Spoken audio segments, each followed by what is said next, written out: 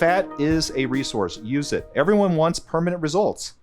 And everyone loves a 2-for-1. They like fat removed from places they don't want it, and fat put into places they do want. So what's our topic today? We have a good topic today. So we're talking all about the butt lifts, the ever popular BBL. How to make your butt look beautiful. So, right. So a BBL is really fat transfer to the butt. You take fat from one area and you put it in another. It just happens to be your butt. So deficient volume in the upper third, and this is going to be important. It works really, really well for those kind of cases that people have fat around the butt that they want removed. Surrounding areas of local adiposity, fat that goes along the flanks and the back. And again, anyone who wants permanent results. Couple of things about BBL. Little incisions, tiny, right? Because all you're doing is liposuction and fat transfer. Has a moderate to long recovery, bordering on the long, but doesn't really do anything to address the lift or the perkiness. Now, volume will lift some, but it's really not lifting. Right. So I'm excited to tell you today that we're doing a mini BBL case. We're doing a full procedure today, beginning to end. And try to get this nice curvature of the upper butt.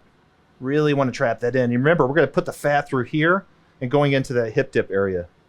Upper third, we're going to stick around here and maybe sneak a little bit into there, but we're going to stay right through here. And then we're going to go into this hip dip area, right like that. We really want to define this upper butt. Really define this area on both sides.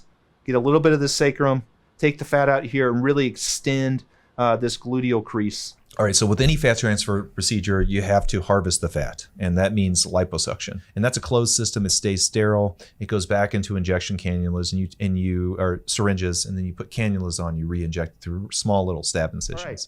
So you can hear that. It's working just fine. Liposuctioning, deep to superficial. Well, that's what we're going to do. But we're also going to do lasering at the same time. Yeah, you can really see here. See this? I've done like 80% of the work of the BBL.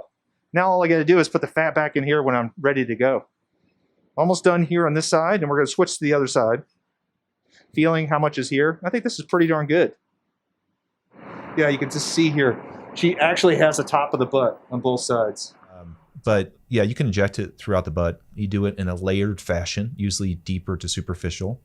And you do it in what I call a micro injection fashion. So just little bitty amounts on each layer. Fat has to use the surrounding blood supply to live. And if you just inject tons of fat in there, the fat won't be able to get blood supply to live after the injection. The data shows, and this is real, that only 60 to 70% of that fat's going to make it. Best case scenario. Yeah, even when you treat it really nicely. Yeah. So I'm going to inject this really slowly here. I'm only injecting, you can inject on withdrawal. All right, so this is a little more superficial. Now we're going into that hip dip area that we talked about before. All right, so I've done through here, good. Okay? You can actually see the difference there. I know it seems subtle. It'd be better if she was standing, but you can really see the difference from here to here. Nice curvature, and then it goes into the butt itself. Also, when you're doing a transplant, like injecting fat from one place to another, that fat does not like areas without oxygen, right? So that's why you need it near a blood supply. You can't over-inject it. You have to do real thin layers over and over and over. And then also, it doesn't like pressure. Pressure is not good for grafts because pressure compresses the arterioles, the small little blood vessels that are there, and the oxygenated blood can't get to the fat graft. Where does pressure come from? And when you sit, that can cause problems for your fat graft. Or lean or lay. Yeah. Or if you sleep. Yep. And so it's kind of troublesome. Like you cannot sit or really lie supine or on your back for what we say is 4 weeks at least, and up to 6 weeks. And that could be really hard. After fat grafting, and we've taught you about this, okay? But after fat grafting, it's not easy for the patient. Amy, how long do we keep them from not sitting on their butt? 4 weeks. That means driving, going to the bathroom, taking care of the kids. You got to be careful when you're sleeping. Afterwards. Yeah. And that's it. I mean, it's a decent amount of recovery. The recovery is not maybe super painful. The liposuction can be, but the injection part is not. No, just sore. But you're sore, but then afterwards it's kind of difficult because of manipulation and positioning of your body.